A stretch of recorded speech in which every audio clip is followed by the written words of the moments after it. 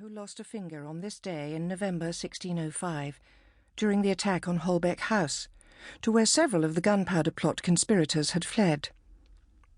Just below us, on our left, is lumpish Miss Fanny Bristow, stupid but harmless.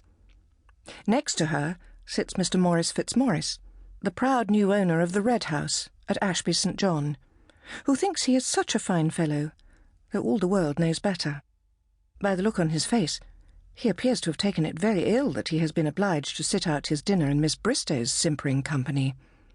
It serves him right, I say, for thinking so well of himself. Directly opposite is Sir Lionel Voysey, of Thorpe Laxton Hall, with his absurd wife, ugly and coarse. On her right you may see the smirking face of Dr. Pordage, who always touches me slyly on the hand with a damp finger when I see him to the door, as if this betokened some secret understanding between us, which it most assuredly does not. The rector, Mr. Thrip, and his captious wife are sitting next to the doctor in strained silence as usual. I believe Mrs. Thrip harbours some deep and perpetual resentment against her husband, though what it is I cannot say. The remaining guests we can pass over, being of no consequence to my story. We now come to the three members of this evening's party in which I and you have a particular interest, the permanent residents of this great house. First, of course, my lady, the former Miss Emily Carteret, now the 26th Baroness Tansor. Look at her. She sits at the head of the board as a queen ought, in black and shimmering silver silk.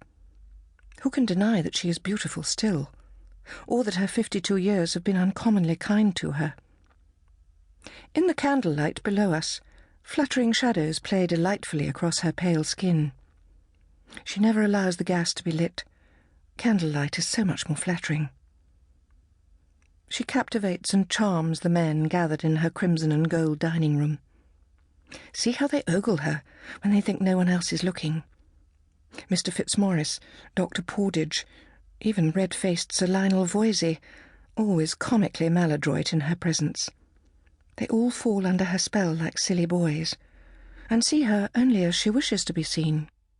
Naturally, her famously tragical past, a father murdered, and the great love of her life slain a month before their marriage, only increases her allure.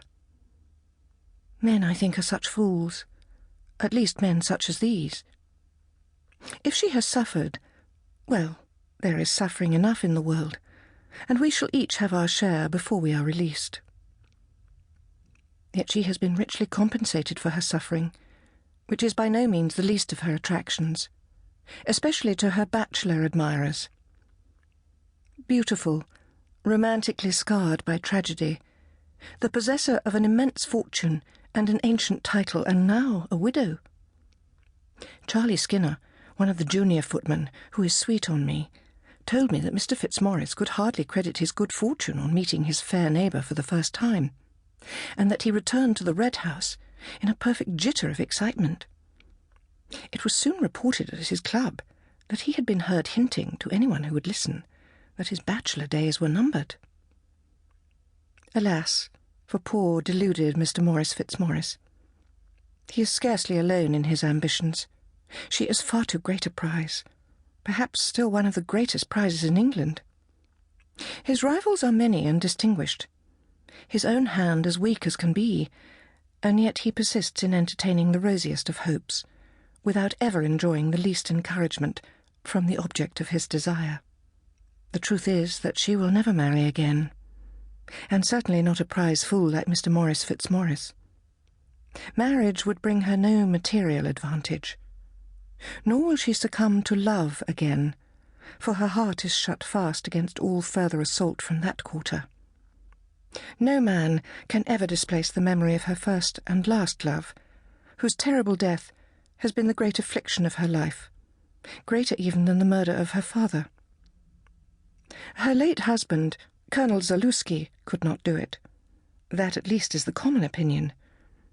I never met the gentleman, but Suki Prout, my great friend below stairs, says that the two of them rubbed along well enough, and that the Colonel had a smiling, accommodating way about him that made you instantly like him.